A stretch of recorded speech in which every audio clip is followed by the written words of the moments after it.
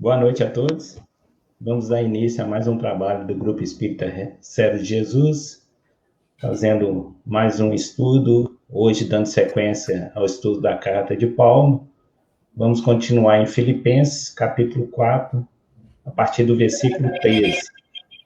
Recebendo mais uma vez o Valdir. Obrigado, Valdir, seja bem-vindo. Boa noite, obrigado a vocês. Sejam todos bem-vindos, né? Boa noite a todos. Para dar início à reunião, vamos fazer a leitura aqui do livro Pão Nosso, ditado pelo Espírito de Emmanuel, a Franciscano Xavier. A leitura de hoje é de número 95. Esta é a mensagem. Porque esta é a mensagem que ouviste desde o princípio, que nós amemos uns aos outros. Está na primeira carta de João, capítulo 3, versículo 11. Em todo mundo sentimos enorme inquietação por novas mensagens do céu.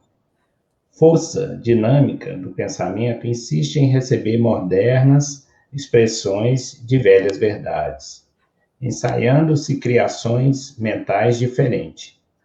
Notamos, porém, que a arte procura novas experimentações e se prova de imagens negativas que a política inventa ideologias e processos inéditos de governar e dilata o curso da guerra destruidora, que a ciência busca desferir voos mais altos e instituir teorias dissolventes da concórdia e do bem-estar. Grandes facções religiosas efetuam o trabalho heróico na demonstração da eternidade da vida, suplicando sinais espetaculares do reino invisível ao homem comum. Convenhamos que haverá sempre benefício nas aspirações elevadas do espírito humano, quando, sinceramente, procura as vibrações de natureza divina. Todavia, necessitamos reconhecer que se há inúmeras mensagens substanciosas, edificantes e iluminadas na Terra, a maior e mais poderosa de todas, desde o princípio da organização planetária, é aquela da solidariedade fraternal, no amemo-nos uns aos outros. Esta é a recomendação primordial. Sentindo-a, cada discípulo pode examinar, nos círculos da luta diária, o índice de compreensão que já possui acerca dos desígnios divinos. Mesmo que esse ou aquele irmão ainda não a tenha entendido, inicie a execução do paternal conselho em ti mesmo. Ama sempre, faze todo bem. Começa estimando os que te não compreendem, convicto de que esses, mais depressa, te farão melhor. Neste momento, elevemos o nosso pensamento e vamos agradecer por mais um encontro, por mais um trabalho nessa noite, pedindo sempre o amparo de nosso Pai Criador e também da equipe espiritual que nos acompanha, que nos dirige e que possa incluir o orador da noite neste momento. Que a paz e a luz do Mestre Jesus possa abraçar a todos neste momento. Que assim seja. Valdir, te passo a palavra para dar sequência ao estudo. Ok, obrigado, Lázaro. Obrigado a todos aí, boa noite mais uma vez. Vamos agradecer a Jesus a oportunidade. E hoje nós estamos chegando ao final dessa carta de Paulo aos Filipenses, que será a partir do capítulo 4, no versículo 13. E, mais uma vez, agradecer a Jesus e pedir a assistência dele e dos seus mensageiros para que nós possamos transformar o nosso momento em um momento de vibrações positivas e que possam todas essas vibrações ser espalhadas por todos os lugares onde há dor, sofrimento, onde há lágrima. Que Jesus esteja com todos nós neste momento.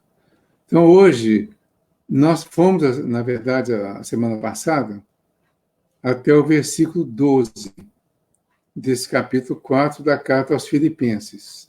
Eu vou voltar ao capítulo 10, porque ele fala no 10 começa um subtítulo, que eles chamam de agradecimentos pelos auxílios enviados.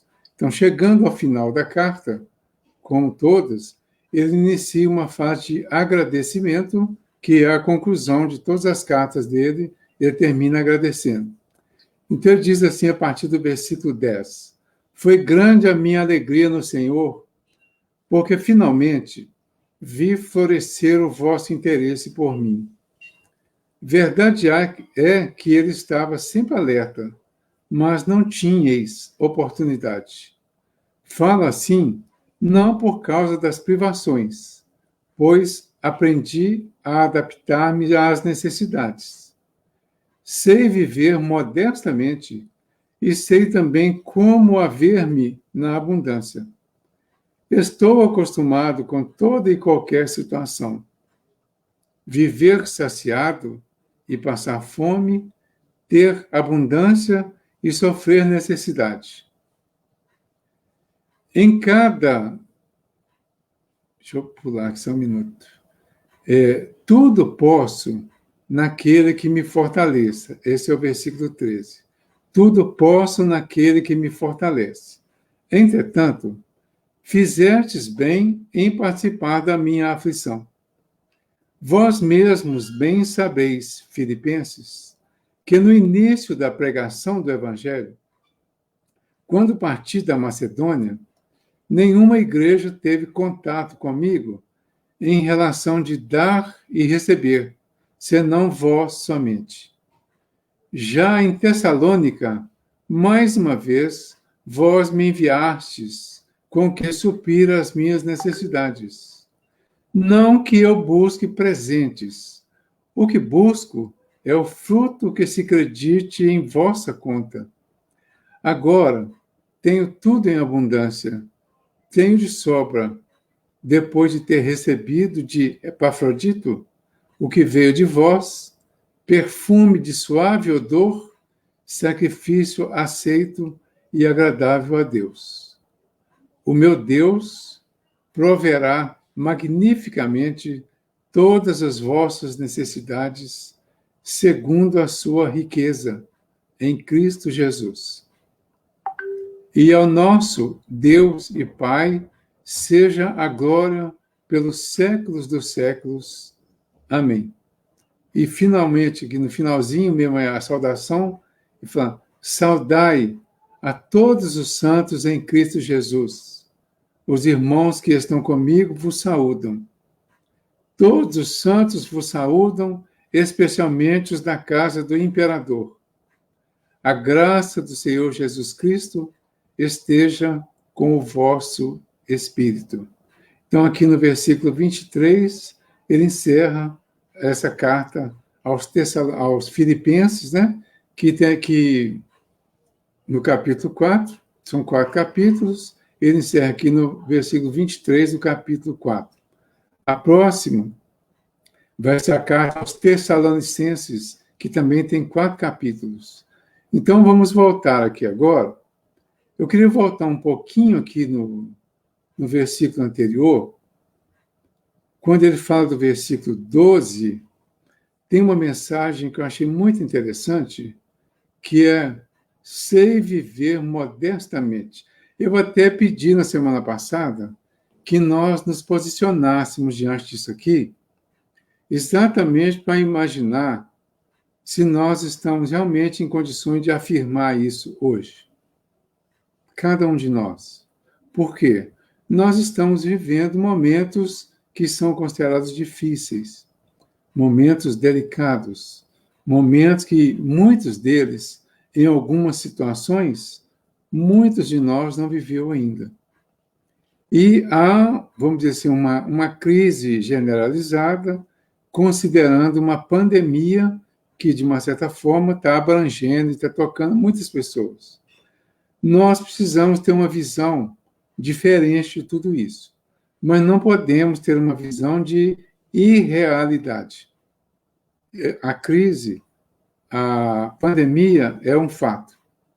É um fato e ainda não um problema para quem não aprendeu a ver como problema e principalmente para quem aprendeu a ver com olhos cristãos.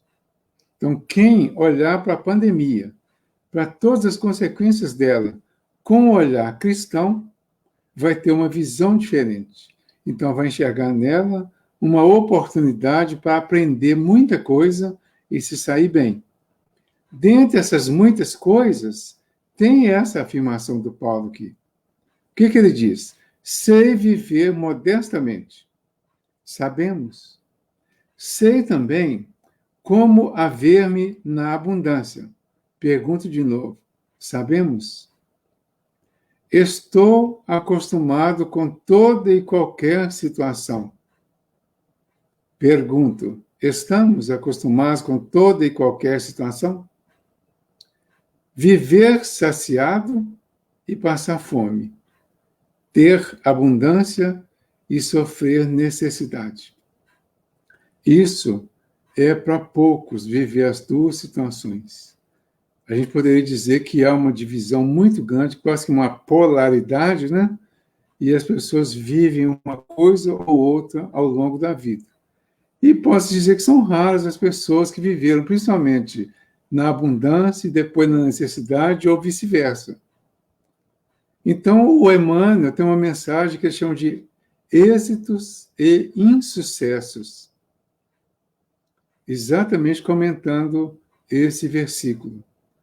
E o Emmanuel diz assim: em cada comunidade social existem pessoas numerosas, demasiadamente preocupadas quanto aos sucessos particularistas, afirmando-se ansiosas pelo ensejo de evidência.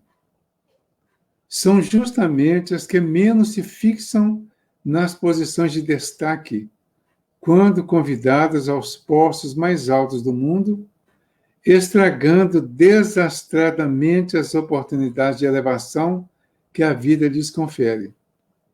Quase sempre, os que aprenderam a suportar a pobreza é que sabem administrar com mais propriedade os recursos materiais. Por esta razão, um tesouro amontoado para quem não trabalhou em sua posse é muitas vezes causa de crime, separatividade e perturbação.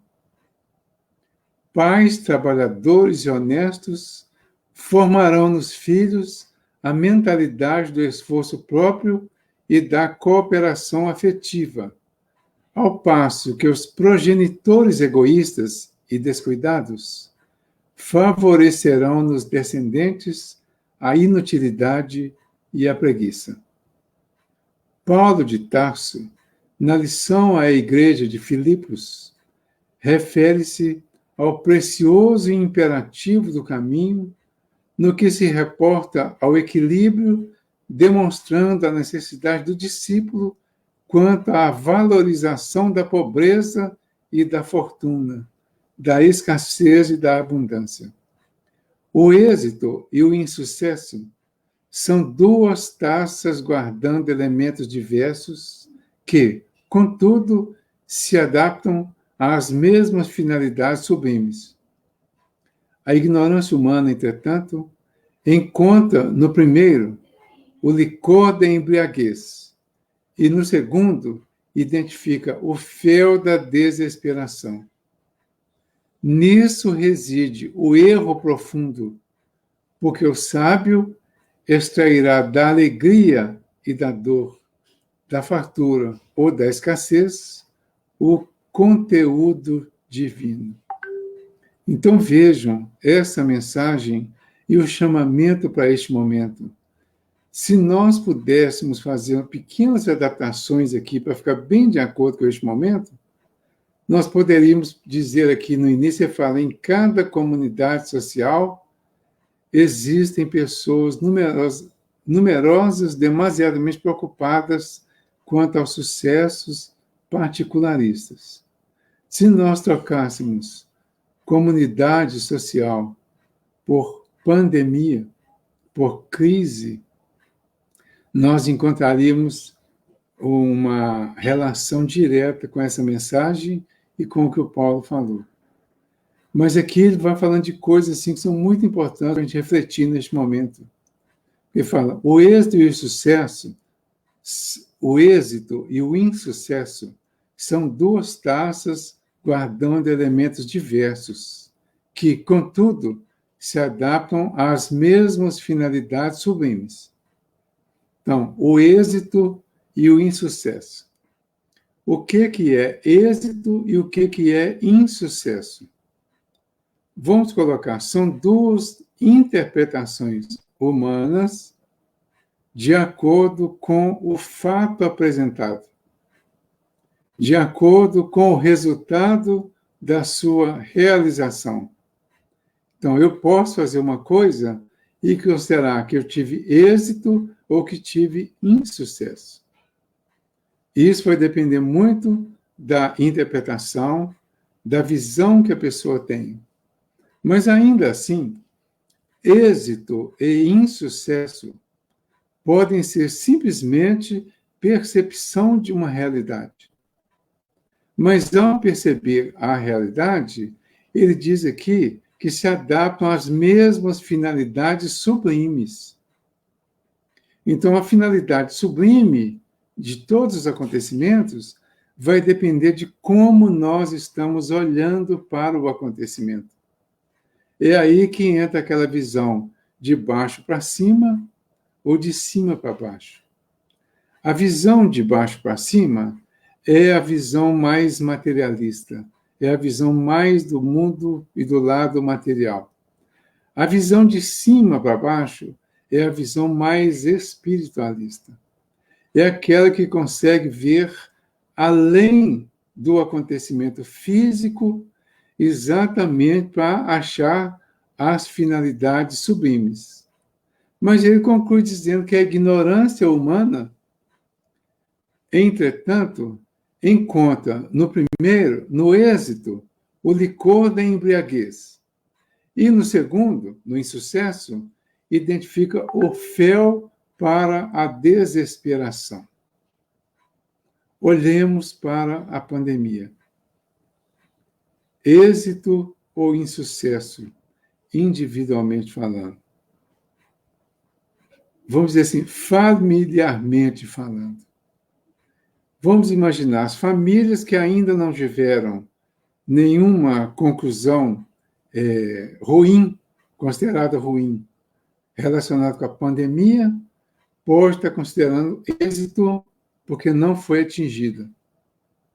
Mas as famílias que já foram atingidas, e principalmente depois de esforço, de orações e de pedidos, e viu que alguém morreu em consequência da pandemia, vai considerar insucesso.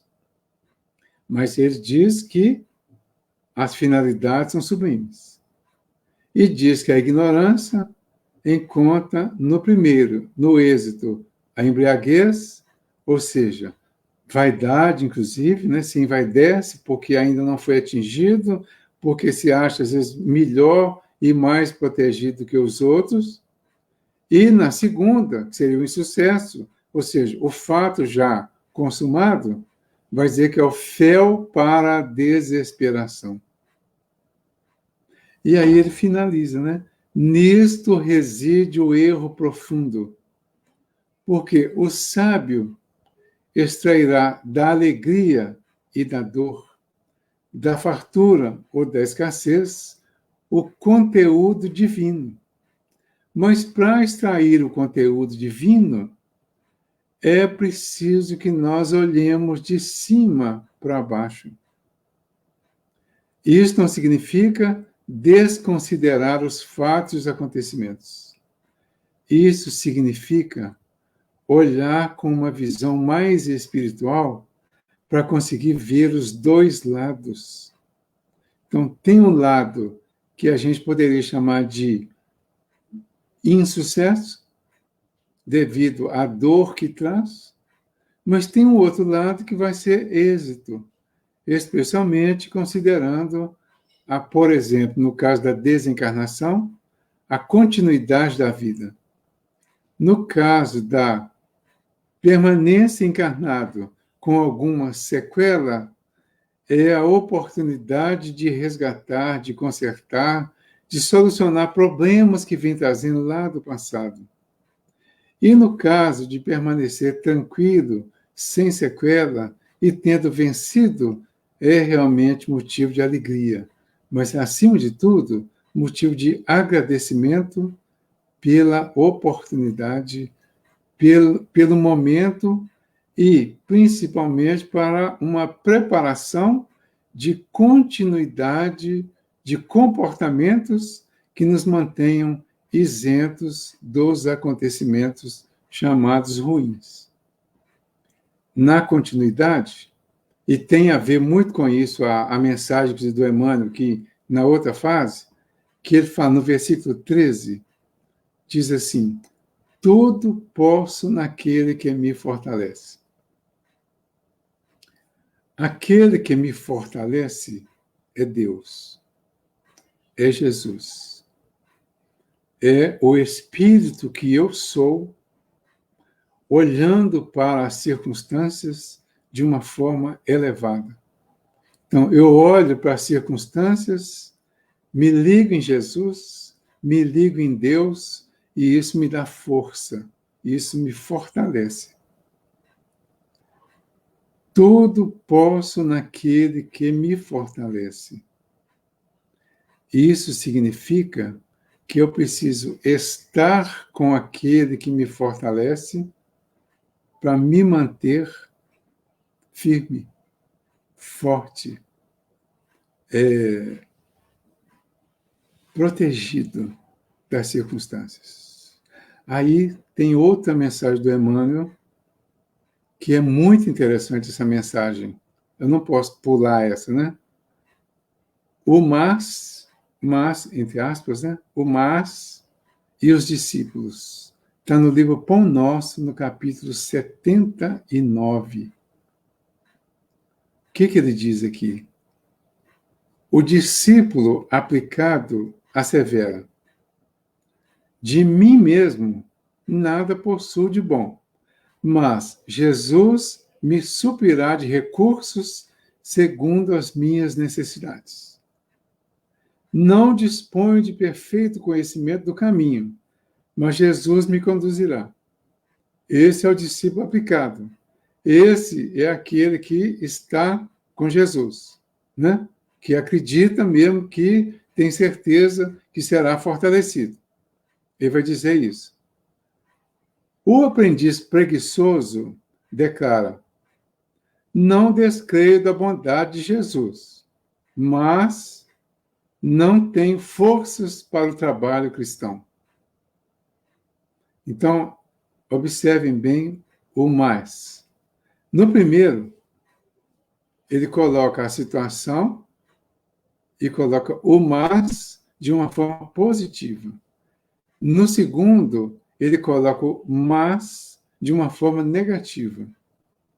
Aí vamos nos posicionando para ver quando é que nós estamos colocando o mas. É tipo, eu fiz o curso de passe, mas eu ainda não estou em condições de aplicar passe. Né? Eu sou médium, mas ainda não me sinto em condições de trabalhar com a mediunidade. Ou então, simplesmente, mas ainda não quero, ou não quero mesmo trabalhar com a mediunidade. Né? Sei que o caminho permanece em Jesus, mas o mundo não me permite segui-lo. Olha só, quer dizer, eu tenho uma certeza, vamos dizer assim, no fundo, é uma certeza que não é certeza. Eu sei que o caminho permanece em Jesus, ou seja, Jesus é o caminho, a verdade e a vida. Antes de confirmar isso, para ter realmente Jesus como caminho, eu coloco o mas. Mas o mundo não me permite segui-lo. Ou seja, eu não estou seguindo Jesus por culpa do mundo. O primeiro, que é o discípulo aplicado, galga a montanha da decisão, identifica as próprias fraquezas, Entretanto, confia no divino amigo e delibera viver-lhe as lições. Esse é o aplicado. O segundo, o que não é aplicado, né? O que está em dúvida, o preguiçoso, estima o descanso no vale fundo da experiência inferior. Reconhece as graças que o mestre lhe conferiu, todavia, prefere furtar-se a elas. O primeiro fixou a mente na luz divina e segue adiante. O segundo parou o pensamento nas próprias limitações. O mas é a conjunção que nos processos verbalistas habitualmente nos define a posição íntima perante o Evangelho. Colocada à frente do santo nome, exprime-nos a firmeza e a confiança, a fé e o valor. Contudo, localizada depois dele, situa-nos a indecisão e a ociosidade, a impermeabilidade e a indiferença. 3 letras apenas denunciam-nos o rumo. Assim recomendam meus princípios.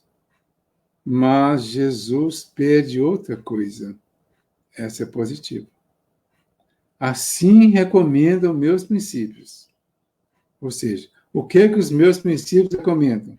Pode ser que me recomendem para que eu mantenha os vícios, mantenha os defeitos, para que eu mantenha na inutilidade, para que eu fique realmente paralisado. Então, os princípios. Mas Jesus pede outra coisa. Então, o mas, antes de Jesus, vai sempre pedir algo positivo. O mas, depois de Jesus, pode levar para baixo. Então, o mas, que vem depois de coisas positivas, ele vai derrubar as coisas positivas e alimentar as negativas. O mas, que vem antes das coisas positivas, vai mantê-las, vai sustentá-las. Assim aconselha Jesus. Mas não posso fazê-lo. A diferença. Um fala dos princípios, mas Jesus pede outra coisa, positivo. O outro diz, assim aconselho Jesus, mas não posso fazer, negativo. Através de uma palavra pequena, 3 letras e simples, fazemos a profissão de fé ou a confissão de ineficiência. Toda vez que formos colocar o mas, é preciso que tenhamos muito cuidado para ver em que posição estamos colocando. Se ele vem antes ou depois das coisas positivas que nós devemos fazer. Lembremos-nos de que Paulo de Tarso, não obstante apedrejado e perseguido, conseguiu afirmar vitorioso aos filipenses: tudo posso naquele que me fortalece. Então isso não tem mas. Tudo posso naquele que me fortalece. Vou fazer. Não tem mas. O mas, se vier depois disso aí, vai derrubar tudo. No segundo versículo aqui, no 14, ele fala, entretanto, fizestes bem em participar da minha aflição. Vós mesmos bem sabeis, filipenses, que no início da pregação do Evangelho, quando parti da Macedônia, nenhuma igreja teve contato comigo em relação de dar e receber, senão vós somente. Aqui tem uns pontos interessantes, porque ele está na fase final da carta aos Filipenses, numa fase de agradecimento.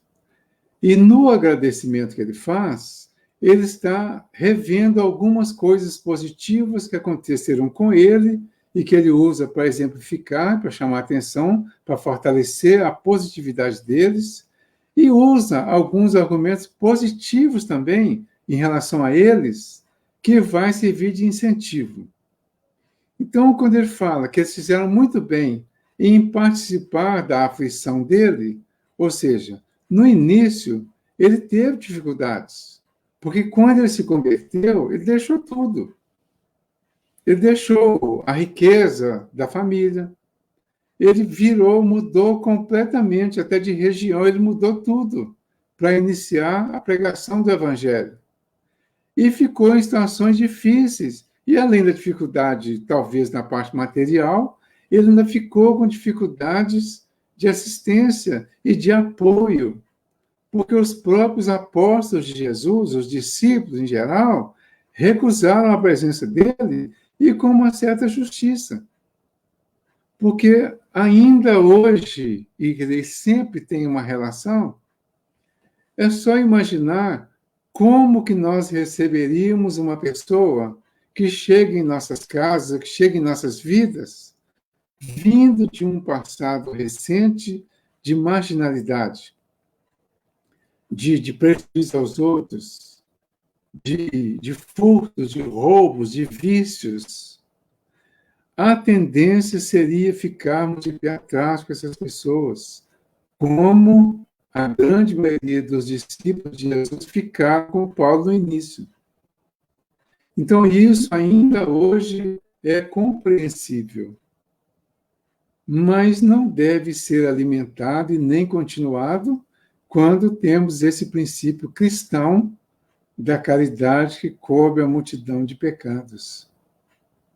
Então, hoje, como naquele tempo, a caridade é do mesmo jeito, mas pode ser praticada de forma diferente, com muito mais eficiência, se nós quisermos aplicar hoje, seguindo e entendendo a mensagem de Jesus. Como os filipenses o ajudaram, o apoiaram, ele está agradecendo a eles por isso. Como nós apoiamos, ou se apoiamos alguém que chega nessas condições, e ajudamos e confiamos para que a pessoa faça aquilo que ela decidiu fazer a partir da mudança, nós teremos apoiado, teremos incentivado e estaremos ajudando essa pessoa a sair da situação difícil. E, às vezes, as dificuldades vão colocar o mas na frente. E aí vai complicar tudo. Né? Já em Tessalônica, mais uma vez, vós me enviastes com que suprir as minhas necessidades. Vejam só. Nenhuma igreja teve contato comigo em relação de dar e receber, senão vós somente. Já em Tessalônica, mais uma vez, vós me enviastes com que suprir as minhas necessidades. Então, essa comunidade de Filipos o ajudou e apoiou, e ele está reconhecendo isso. Se nós estendermos esse apoio e esse agradecimento para Jesus em relação ao apoio e ao incentivo que nós dermos às pessoas, nós teremos, de alguma forma, esse reconhecimento e agradecimento vindo de Jesus, como teve do Paulo indo para esses a quem que o apoiaram. E isso não é só de Jesus ou de Paulo, e nem deve ser essa a expectativa. A principal expectativa que nós devemos ter ao fazer alguma coisa boa é do nosso próprio autorreconhecimento. É aquela sensação íntima de que fez a coisa certa.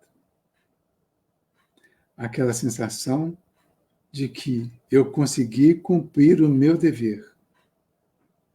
Eu consegui fazer aquilo que a minha consciência mandou, e isso que a minha consciência mandou me deixa agora uma sensação de alívio, uma sensação de cumprimento do meu dever, de ter feito aquilo que devia ter feito.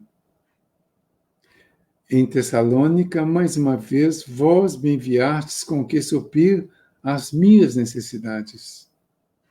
Mas a proposta da caridade lá no Evangelho segundo o Espiritismo, lá no capítulo 13 da beneficência, diz lá que quando nós ajudamos os outros, tem um ditado aí que fala que quem paga aos pobres ou quem ajuda os pobres empresta a Deus, né? Mas, na verdade, lá no Evangelho segundo o Espiritismo, na benevolência, ele fala que quem ajuda os pobres quita a sua dívida com Deus. Então, toda vez que nós ajudarmos com essa consciência de fazer o bem, independente da expectativa de recompensa, nós estaremos, de alguma forma, quitando a nossa enorme dívida com Deus. E tenhamos a satisfação dessa consciência, desse entendimento. Não é uma satisfação de quem esperou recompensa. É uma satisfação de quem sabe que estamos endividados com a natureza, com o universo, com Deus, por causa dos diversos recursos que recebemos ao longo da vida, e que, ao devolver isso para o universo, ao fazer o bem para os outros, nós estamos só colaborando para a organização do universo e, através dessa nossa colaboração, nós estaremos colaborando para o crescimento de outras pessoas. E isso nos traria aquela satisfação íntima da consciência tranquila. Aí ele diz assim, não que eu busque presentes. O que busco é o fruto que se acredite em vossa conta. Então, qual é o fruto que se acredita na conta de quem supre as necessidades do outro? É só a gente analisar por parte aqui, usar um raciocínio lógico, que nós vamos ver essa resposta. Quer dizer, ele estava buscando presente? Não. Ele estava pedindo esmola? Não. Ele estava passando por dificuldade. E, de uma certa forma, deixou as pessoas de boa vontade que elas o ajudassem. Deixou livre isso. Aí, agora, ele está explicando que ele não estava buscando presente. O que ele estava buscando? Uma oportunidade, ou seja, ele estava dando às pessoas uma oportunidade para que elas creditassem essa ajuda a ele em suas próprias contas. Então, nós temos aí numa relação de débito e crédito, do ponto de vista do universo, nós temos muito mais débito do que crédito. E é natural isso, porque nós recebemos de graça durante milênios. Quando nós consideramos, por exemplo, quando o André Luiz diz lá na Evolução em Dois Mundos, né, que até atingir a idade da razão, o ser inteligente gastou, então, de 1 bilhão e 500 milhões de anos, considerando que da viagem da pedra até a condição hominal, é que ele vai fazer essa correspondência desse número, de lá até no animal hominal, nós recebemos muito mais do que doamos. Porque o animal tem a cota específica de participação dele na organização do universo. É mínima. O animal hominal, quando atinge essa condição da razão, do raciocínio lógico, é que nós começamos a receber a oportunidade de colaborar com o universo, devolvendo e nos tornando co-criadores com Deus. Se a gente observar lá na Gênesis de Moisés, lá quando Deus termina de criar o homem, ele coloca tudo que vem antes sob a responsabilidade do homem. Então, o homem, aí sim, ele passa a ser colaborador, co-criador com Deus, para dar continuidade à organização e à administração do universo. Lá na questão 76 do Livro dos Espíritos, quando Kardec pergunta lá como podemos definir os espíritos? Eles dizem lá que podemos dizer que os espíritos são seres inteligentes da criação e que eles participam da organização do universo. Eles são co-criadores, fazem parte do universo. Hoje, por exemplo, nós estamos aqui sustentados por espíritos mais elevados que nós, nas diversas atividades nossas. Quem são esses espíritos? São espíritos que já passaram pela Terra, que já passaram por mundos e pelas situações que nós estamos passando, e que estão hoje nos ajudando em devolução, de alguma forma, daquilo que receberam. Mas estão construindo, ou seja, estão resgatando a dívida que têm com o universo. Então, na verdade, é uma dívida positiva. Quando nós colocamos aquela listinha, aquelas colunas lá da contabilidade, né? Crédito, débito e saldo, nós vamos ver que o nosso débito é muito maior do que o crédito. Então, o nosso saldo é negativo. Mas, na medida que nós vamos fazendo, nós vamos ajudando, quer dizer, o que ele fala? O que busco é o fruto que se acredite em vossa conta. Então, quando eu faço alguma coisa de bom por alguém, independente do interesse que eu tenha, a não ser que seja interesse contrário, negativo, isso que eu fiz será acreditado em minha conta. Então, isso é o que se chama de caridade, que cobre as multidões de pecados e que sem ela não há salvação. Porque o que se chamou de pecado, muitas vezes, foi simplesmente os nossos débitos.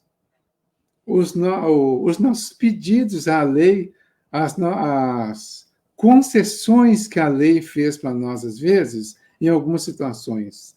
Por exemplo, nós estamos entendendo cada dia mais a questão do perdão e a necessidade do perdão. O perdão e a misericórdia para quem recebe para nós que recebemos, é débito. Para quem oferece, é crédito.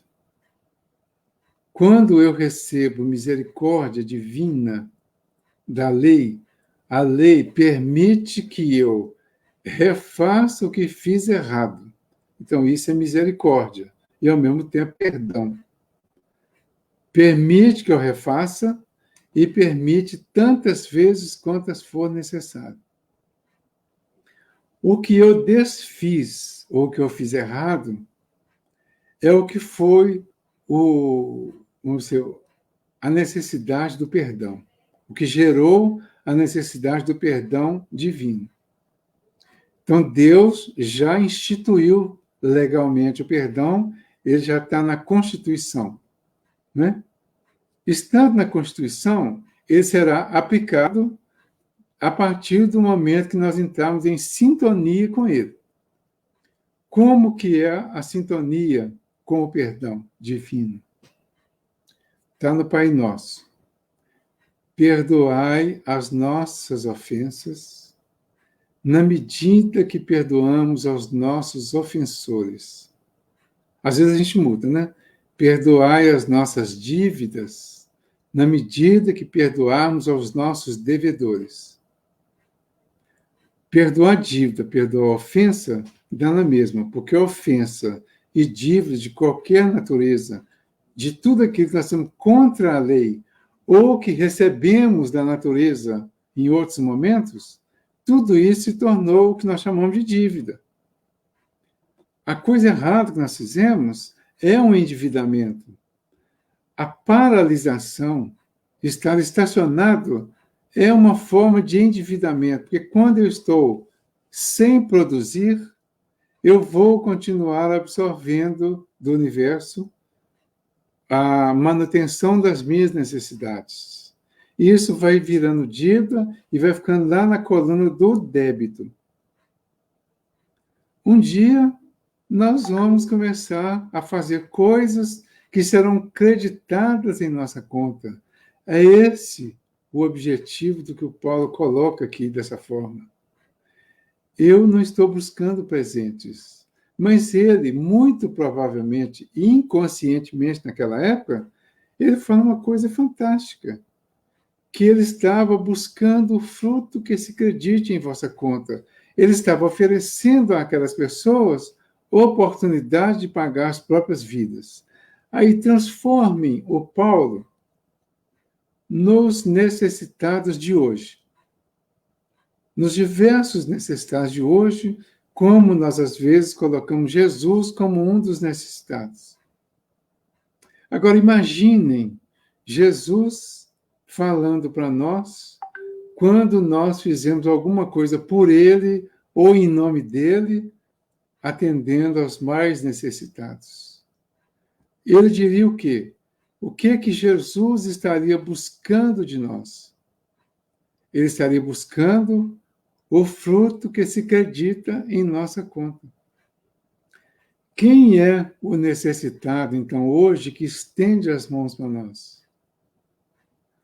Ele é o nosso benfeitor, que estende as mãos, oferecendo a oportunidade para que nós acreditemos em nossa conta. E quem é esse que estende a mão, direto ou indiretamente? Todas as pessoas, todas as situações que nós pudermos ajudar, nós estaremos atendendo a essa mão estendida, direta ou indiretamente. E essa mão estendida do necessitado é a mão que vai nos oferecer a oportunidade de acreditar em nossa conta. Essa é a dedução que nós podemos fazer da lógica dessa colocação do Paulo. Aí ele continua: agora tenho tudo em abundância, tenho de sobra, depois de ter recebido de Epafrodito o que veio de vós, perfume de suave odor, sacrifício aceito e agradável a Deus. O que ele vai dizendo aqui? E o que nós vamos dizendo com esse entendimento que estamos desenvolvendo? Nós vamos dizer que agora nós temos tudo em abundância. Por quê? Quando nós temos o conhecimento que nos esclarece sobre essas todas nossas necessidades, nós passamos a ter tudo em abundância. Porque tudo que está à nossa volta se transforma em oportunidade para que nós possamos acreditar em nossa conta. E quanto mais situações tiver à nossa volta, especialmente situações de necessidade dos outros que nós pudermos ajudar, mais a nossa conta vai ficar positiva e mais abundância teremos. Ele diz que agora ele tem de sobra, porque ele recebeu muita ajuda financeira mesmo, material. Ele conseguiu se organizar depois para começar a trabalhar. Ele recebeu ajuda, ele cita aqui Epafrodito.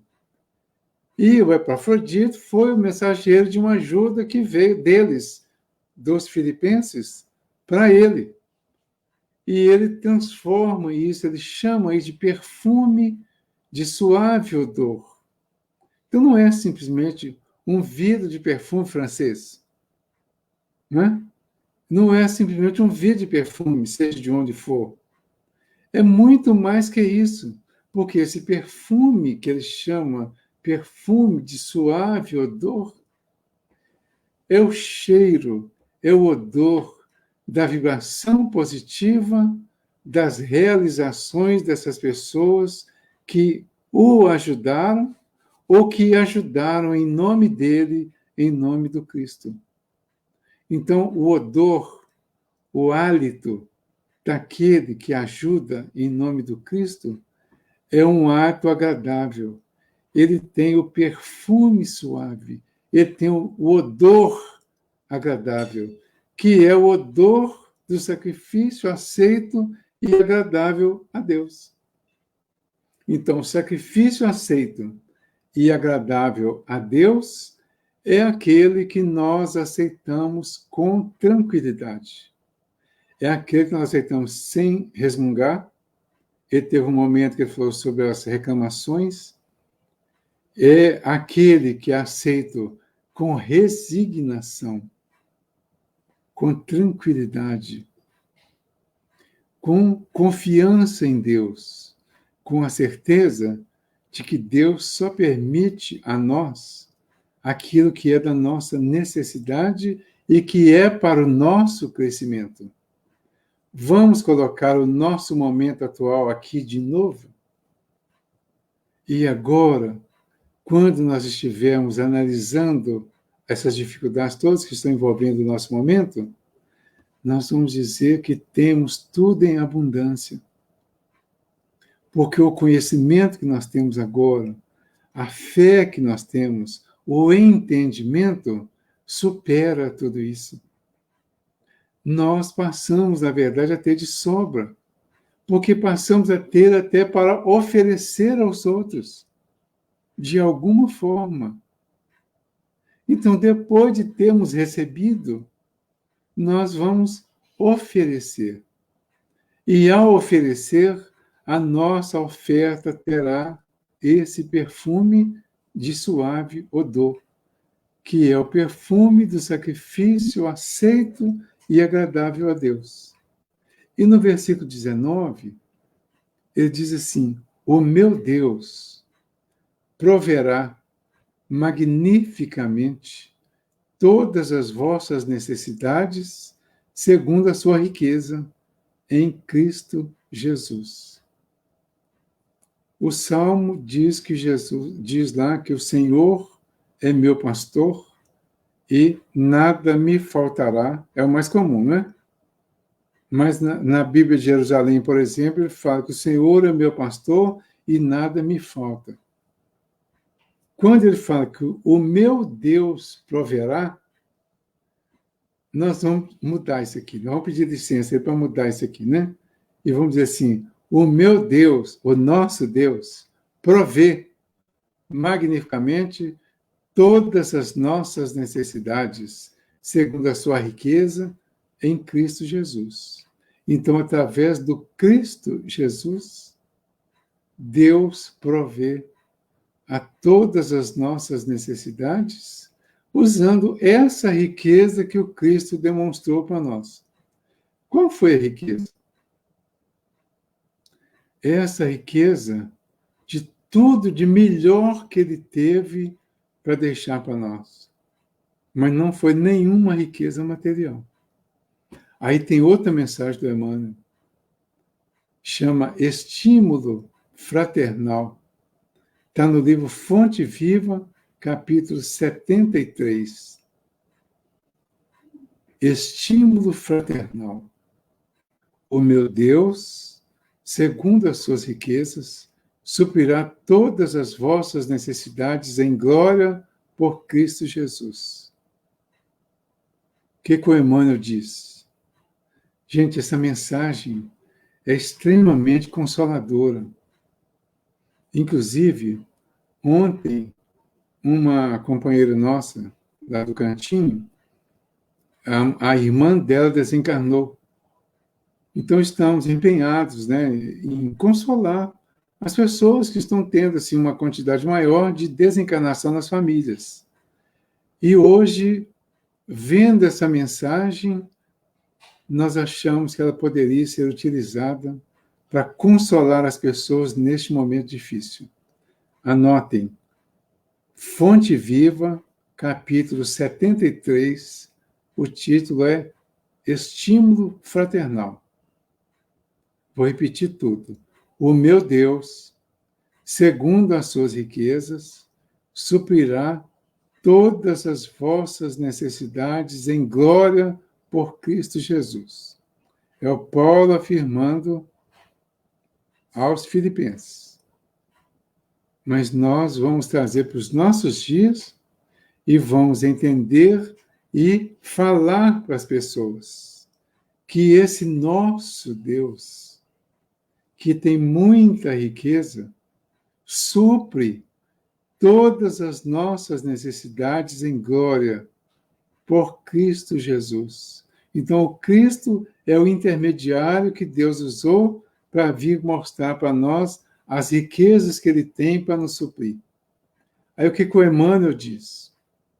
Não te julgues sozinho na luta purificadora, porque o Senhor suprirá todas as nossas necessidades. Ergue teus olhos para o alto e, de quando em quando, contempla a retaguarda. Se te encontras em posição de servir, ajuda e segue. Recorda o irmão que se demora sem recursos no leito da indigência. Pensa no companheiro que ouve o soluço dos filhinhos sem possibilidades de enxugar-lhes o pranto.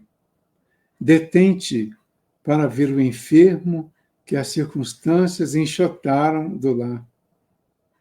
Para um momento, endereçando um olhar de simpatia à criancinha sem teto. Medita na angústia dos desequilibrados mentais, confundidos na eclipse da razão. Reflete nos aleijados que se algemam na imobilidade dolorosa. Pensa nos corações maternos, torturados pela escassez de pão e harmonia no santuário doméstico. Interrompe de vez em quando o passo apressado, a fim de auxiliares o cego que tateia nas sombras. É possível, então, que a tua própria dor desapareça aos teus olhos.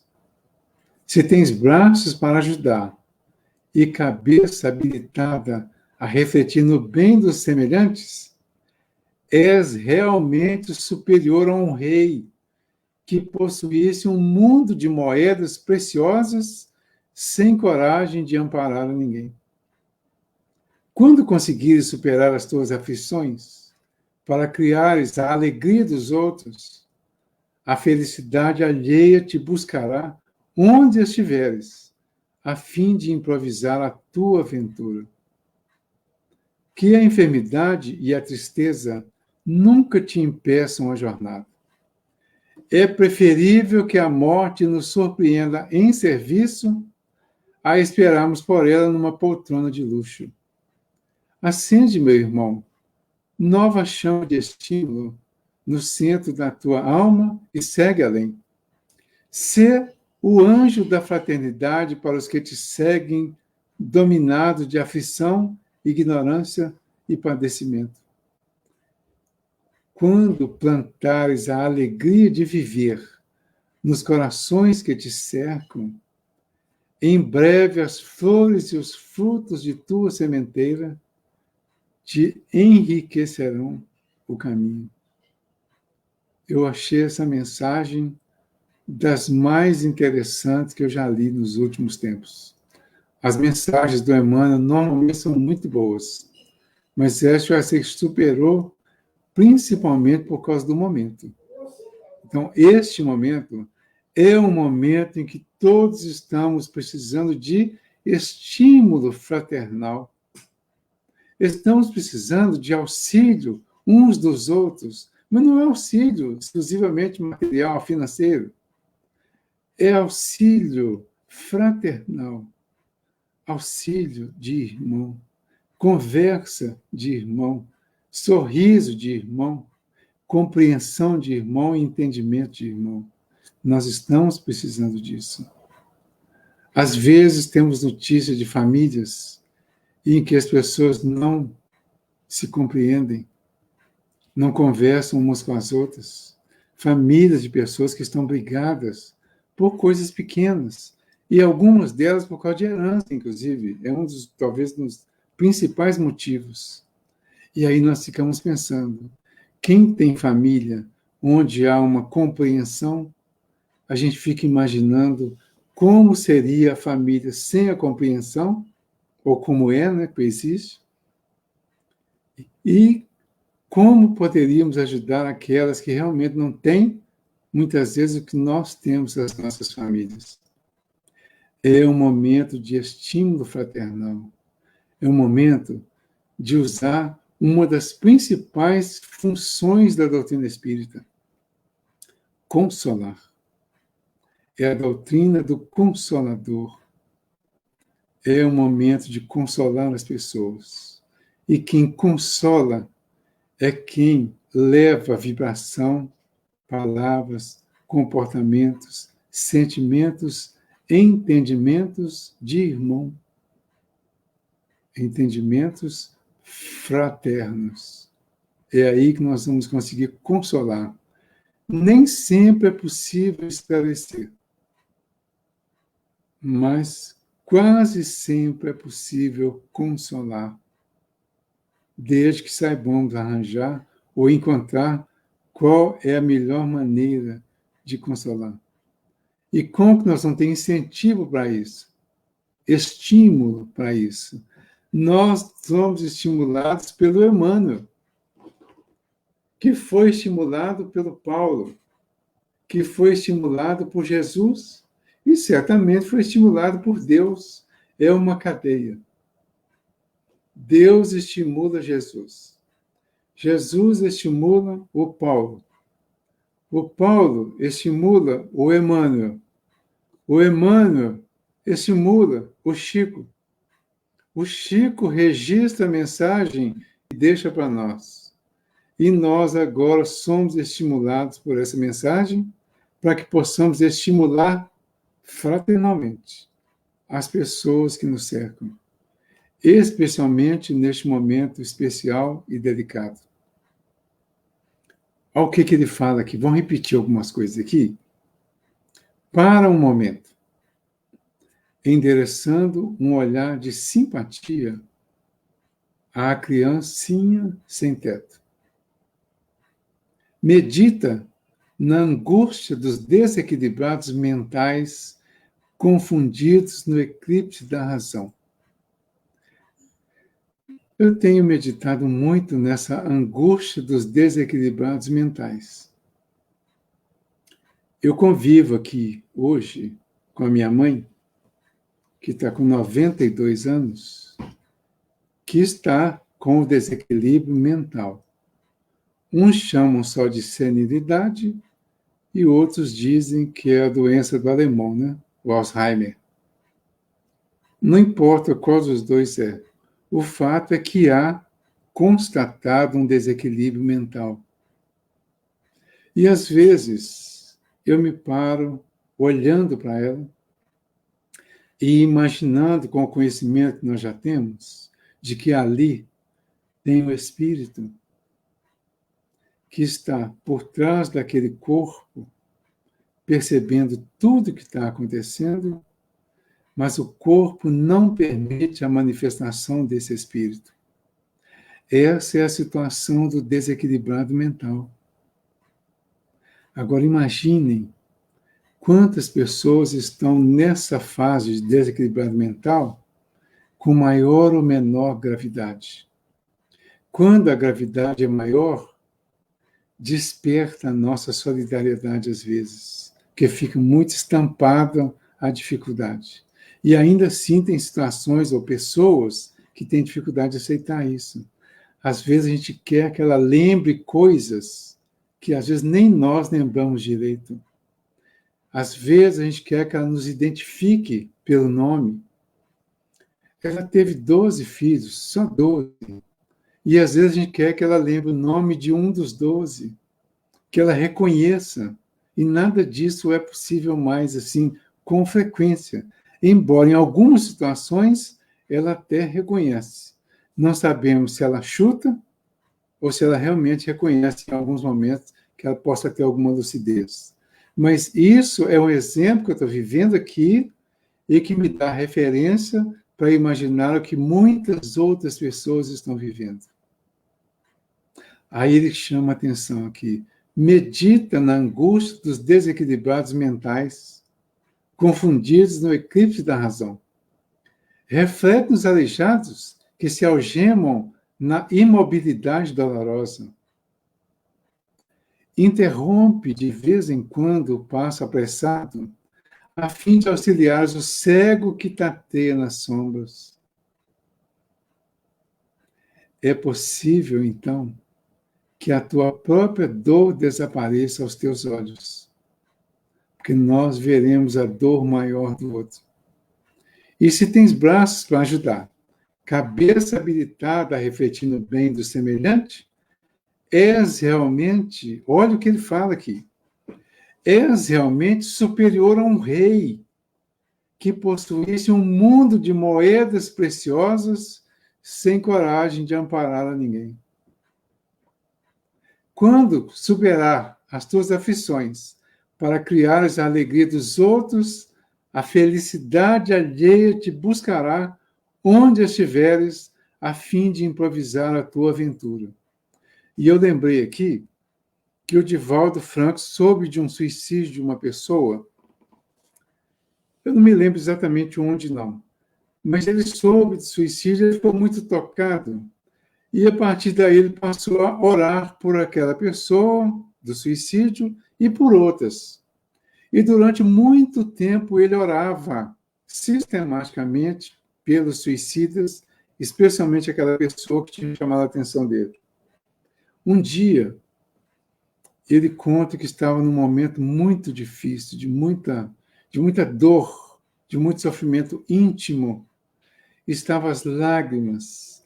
E até pensando assim aquele momento que a pessoa pensa assim que quem sabe seria até melhor se desistisse.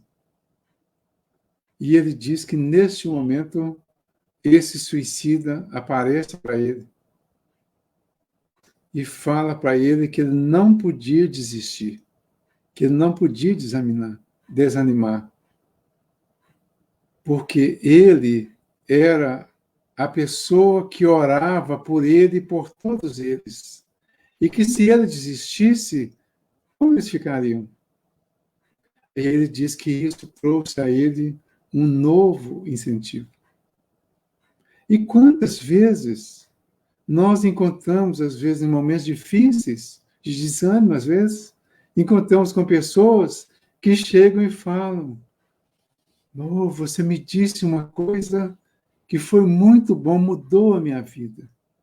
Me alegrou, me consolou naquele dia." E todos nós podemos fazer isso.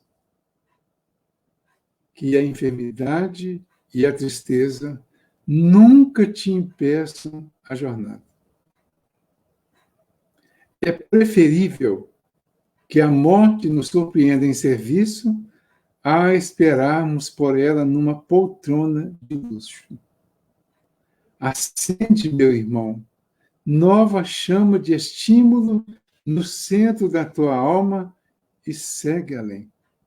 Ser o anjo da fraternidade para os que te seguem, dominados de aflição, ignorância e padecimento.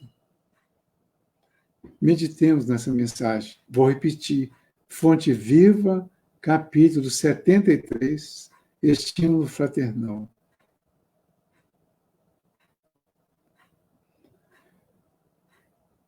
E nessa mensagem, né, ele fala: "O meu Deus proverá magnificamente todas as vossas necessidades segundo a sua riqueza em Cristo Jesus. E ao nosso Deus e Pai seja a glória pelos séculos dos séculos. Amém." Então, no finalzinho, né, no versículo 20, ele coloca, né? "E ao nosso Deus e Pai seja a glória pelos séculos dos séculos. Amém." Assim seja. Porque quando nós realizarmos tudo no bem, ainda assim nós atribuiremos tudo a Deus. Porque Deus é que é o responsável. Deus é que dirige o nosso universo. Deus está acima de todas as coisas. É Ele que provê a todas as nossas necessidades. E quando as nossas necessidades foram supridas, a ponto de podermos suprir as necessidades dos outros, nós poderemos e devemos louvar, dar glórias a esse Deus que está em nós e que está nos outros. Ou o Deus que está em nós vai louvar o Deus que está nos outros. a partir do Deus que está em nós, ajudar, compreender, perdoar, entender ao Deus que está no outro. E, finalmente, aqui, aí realmente a conclusão, vamos dizer, conclusão final é pleonasmo, né? No popular é chover no molhado. Mas é bem isso mesmo, é conclusão final, porque a conclusão começa no final desse capítulo, no capítulo todo, praticamente. Então, no finalzinho, versículo 21 a 23, ele fala: saudações e voto final. Saudai, voltemos ao Paulo falando para os filipenses, né? Saudai a todos os santos em Cristo Jesus. Os irmãos que estão comigo vos saúdam. Aí é realmente final de uma carta. Aí ele dizendo aos que vão receber a carta, para saudar a todos os escolhidos, santos e escolhidos às vezes é sinônimo. Então, saudai a todos os santos, os escolhidos em Cristo Jesus, aqueles que faziam parte da comunidade cristã. Os irmãos que estão comigo vos saúdam. Então, do outro lado, estava ele, Timóteo e provavelmente alguns outros que não foram identificados. Mas ele diz que eles saudavam também aos irmãos de lá. Aí cria uma fraternidade mais ampla. Uns irmãos saudando aos outros. Uns irmãos respeitando aos outros. Uns irmãos ajudando aos outros. Hoje eu ouvi uma mensagem, eu nem sei quem é a pessoa, não peguei direito o nome, mas alguém que estava fazendo uma exposição falando da questão da religião e da religiosidade. Ele estava dizendo que os religiosos estão defendendo as suas religiões como se elas fossem um time de futebol. Então, tipo, eu torço para o espiritismo. Aí tem o outro lá que torce para o catolicismo. E o outro torce para o protestantismo nas diversas variações de títulos. E aí, cada um torcendo para o seu time religioso, começa uma disputa para que o seu time ganhe. E como nós somos bem invertidos aqui ainda, há uma tendência a querer sempre que o time do outro perca, porque ainda estamos numa vivência que é bem assim. Eu torço para um time, mas eu não tenho tanta alegria com a vitória do meu time quanto eu tenho alegria com a derrota do time do outro. Conversávamos hoje sobre isso aqui, e isso é uma verdade bem comum. Há uma torcida muito maior para que o outro perca do que para que o nosso ganhe. Isso, infelizmente, é bem real, é bem geral. E nós precisamos inverter isso. Nós precisamos aprender a valorizar o bem, sem desprezar o mal. Nós temos que valorizar o bem fazendo, agindo no bem. Não desprezar o mal, procurando compreender e encontrar quais são as reais necessidades do mal, ou do que nós chamamos de mal. Porque, como nós já vimos na mensagem anterior, tudo aquilo que nós achamos que é o mal tem algo de bom por trás. Então, é hora de começar a fazer essa inversão. Se formos tratar de direito e esquerdo, certo e errado, eu nem vou dizer direita e esquerda para não ir para um outro lado, mas tratando de certo e errado, nós vamos entender que o melhor é ir para o lado do que nós achamos que é o certo. e fazer crescer, e valorizar, e incentivar, e aperfeiçoar isso que é o certo. Sem torcida contra o errado e sem supervalorizar, às vezes, o errado, no sentido de que o errado acontecendo nos traria alguma solução. Vamos enaltecer o lado positivo das coisas, o lado bom. E tem uma outra mensagem que vai tratar disso. O versículo 22, ele fala assim: todos os santos vos saúdam. Então, saudai a todos os santos em Cristo Jesus, os que estavam em Filipos. Agora ele fala, então, de cá para lá, todos os santos, ou seja, todos os escolhidos, todos os que estão com o Cristo, vos saúdam, especialmente os da casa do imperador. Em outras mensagens aqui, em outras versões, está especialmente os da casa de César. César e o imperador é a mesma coisa, né? Então, mas vejam bem, poderia estar acontecendo aqui uma contradição. Porque, na verdade, o imperador, ou seja, Roma, o César, era contra o cristianismo, contra os cristãos. Mas, provavelmente, ele já tinha algum acesso aos cristãos romanos que já estavam se tornando, que já estavam mudando de comportamento, mesmo ainda sendo romanos, mesmo ainda sendo, de uma certa forma, respeitosos a César ou ao imperador. Então, por isso, parece que ele faz questão de dizer que os escolhidos, os cristãos, saudavam, mas, inclusive, né, especialmente, os da casa do imperador, ou seja, aqueles que já estavam mudando de comportamento, mudando de entendimento, estavam saudando também. Né? E aí a mensagem do Emmanuel chama Nas Casas de César.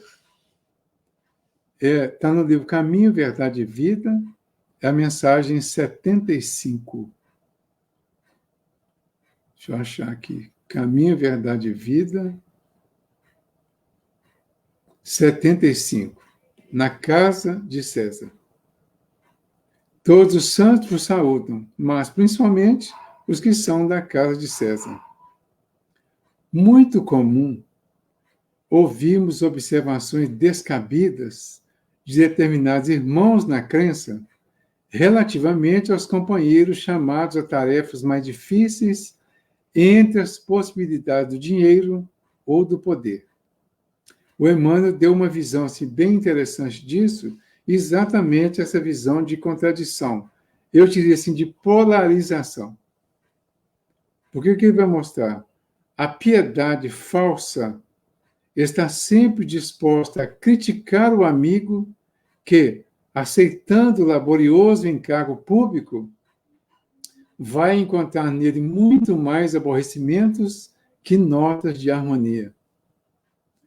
A análise desvirtuada tudo repara maliciosamente. Vamos analisar essa frase para ver se estamos enquadrados nisso? A análise desvirtuada tudo repara maliciosamente. Será que nós teríamos coragem de nos analisar e analisar a nossa forma de análise para ver se ela está desvirtuada por reparar tudo maliciosamente? Se o irmão é compelido a participar de grandes representações sociais, costuma-se estigmatizá-lo como traidor do Cristo. Se o irmão é compelido a participar de grandes representações sociais, costuma-se estigmatizá-lo como traidor do Cristo. Não importa qual representação. Em todos os lugares é possível ser cristão. Em todos. A não ser no crime, é claro. Mas em todos os ambientes profissionais de representações, é possível ser cristão. Que ambientes são esses?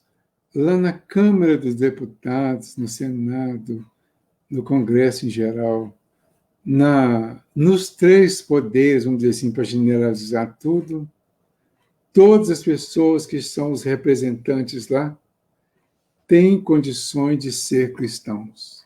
Então, alguém que esteja lá simplesmente por estar, não pode ser taxado de traidor do Cristo por estar lá. Então, nós não podemos generalizar as pessoas por causa das suas funções, porque é possível ser cristão até na guerra, desde que cada um saiba como cumprir os seus deveres de acordo com as leis. Um povo que é bem machucado, de uma certa forma, estigmatizado, né? São os policiais. Porque muitas vezes os policiais, no cumprimento do dever, acabam tendo que atirar, tendo que usar algum tipo de violência contra alguém, sem estar no mérito da coisa, para cumprir a lei. Então, uma vez uma policial chegou para mim e disse que era muito difícil ser cristã, espírita e ser policial. E eu disse a ela que eu não achava não. Por quê? O policial, ele está trabalhando e tem uma lei para cumprir. Ela disse que não gostava porque tinha que prender as pessoas.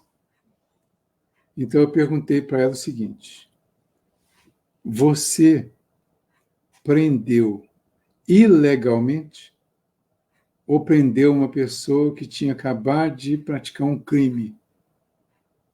Ela disse: legalmente. A pessoa tinha acabado de cometer um crime.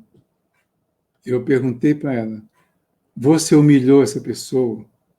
Você xingou essa pessoa? Você maltratou? Você agrediu essa pessoa? Ou simplesmente fez o que manda na lei? E ela disse: fiz o que manda na lei. Então, você ter prendido uma pessoa de acordo com a lei está correto, está cristão, porque o Cristo disse que não veio para derrogar a lei. E essa lei que ele diz que não veio derrogar inclui todas as leis, inclusive as leis humanas, que são, segundo o próprio Evangelho, segundo o Espiritismo, o corolário da lei divina. Então, se nós cumprirmos as leis humanas, que são boas, nós estaremos dentro do caminho. Porque as leis humanas, as nossas leis, são boas. O que é ruim é o cumprimento que se dão às leis. O que é ruim, o que é discutido e o que gera todas essas polêmicas que a gente tem visto aí discutindo o tempo todo, inclusive lá do Supremo Tribunal Federal, que seria o guardião da legislação, né? O guardião da lei, mas que tem tido atitudes que estão sendo discutidas, que são discutíveis realmente, é porque eles, às vezes, agem, pelo menos na visão de muitos outros juristas, contrário à lei que eles deveriam proteger e cumprir. E isso acontece com muitos de nós. Nós, muitas vezes, nos dizemos prejudicados porque deixamos de cumprir uma lei e não queremos ser penalizados porque deixamos de cumprir a lei, porque muitas vezes nem aceitamos que deixamos de cumprir. Então é aí que está o pequeno detalhe. Uma pessoa, por exemplo, que anda de carro sem o cinto de segurança, está infringindo alguma lei. Existe uma lei no país que as pessoas só podem circular de carro usando o cinto de segurança, inclusive o cinto traseiro. Se for parado por um policial e ele multar e der várias multas de acordo com a quantidade de pessoas que estejam no carro sem cinto, o policial está certo. E as pessoas que estão dentro do carro sem cinto estão erradas. Ele está cumprindo a lei e as pessoas estão contra a lei.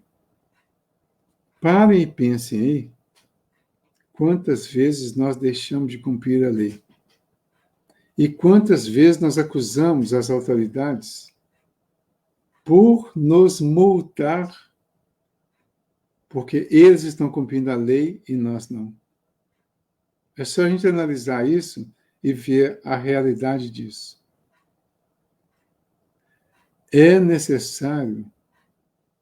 Deixa eu voltar um pouquinho aqui. Se o irmão é compelido a participar de grandes representações sociais, costuma-se estigmatizá-lo como traidor do Cristo. É necessário despender muita vigilância nesses julgamentos. Nos tempos apostólicos, os cristãos de vida pura eram chamados santos. Por que eles eram chamados santos? Porque eles tinham a vida pura. Eles cumpriam certamente todos os seus deveres. Ainda hoje, as pessoas que têm vida pura, que são as que cumprem os seus deveres, vão ser chamadas de santos também. Paulo de Tarso, humilhado e perseguido em Roma, teve a ocasião de conhecer numerosas almas nessas condições. E o que é mais de admirar, conviveu com diversos discípulos de semelhante posição, relacionados com a habitação palaciana de César. Deles recebeu atenções e favores, assistência e carinho. Escrevendo aos Filipenses, faz menção especial desses amigos do Cristo. Não julgues, pois, a teu irmão pela sua fortuna aparente ou pelos seus privilégios políticos. Antes de tudo, lembra-te de que havia santos na casa de Nero e nunca ouvides tão grandiosa lição. Então, da mesma forma que tem santos na casa de Nero, nesse sentido, né? Seguidores do Cristo ou seguidores da lei de alguma forma, da mesma forma que tem eles em todas essas casas, em todos os ambientes policiais, em todos os ambientes de pessoas, de autoridades que lidam e punem ao público de alguma forma, do mesmo jeito que tem aqueles que são considerados realmente ruins, indesejáveis, tem aqueles que são considerados bons, santos, porque cumprem as leis. Um dia eu falava sobre as questões policiais numa casa, e no final do estudo eu falei da questão dos respeitos às leis e tudo mais, do respeito ao ser humano, sem deixar de cumprir o próprio dever. No final chegou um senhor para mim que eu já conhecia há muito tempo, mas eu não sabia que ele era aposentado da Polícia Militar. E ele chegou para mim e disse, você estava falando aqui, e eu fiquei muito satisfeito da sua fala, porque eu fui policial militar durante 30 anos. Eu nunca humilhei, nunca maltratei, nunca elevei a voz, nunca agredi a ninguém para cumprir a lei. E consegui cumprir a lei seguindo rigorosamente esses meus princípios. Então, hoje, quando eu estava ouvindo, eu estava me sentindo realizado por não ter que me culpar de ter feito nada disso que era contrário à lei, porque as legislações nossas são boas, o cumprimento delas é que às vezes deixa a desejar. Então, quem ler a lei vai achar uma lógica em todas as leis.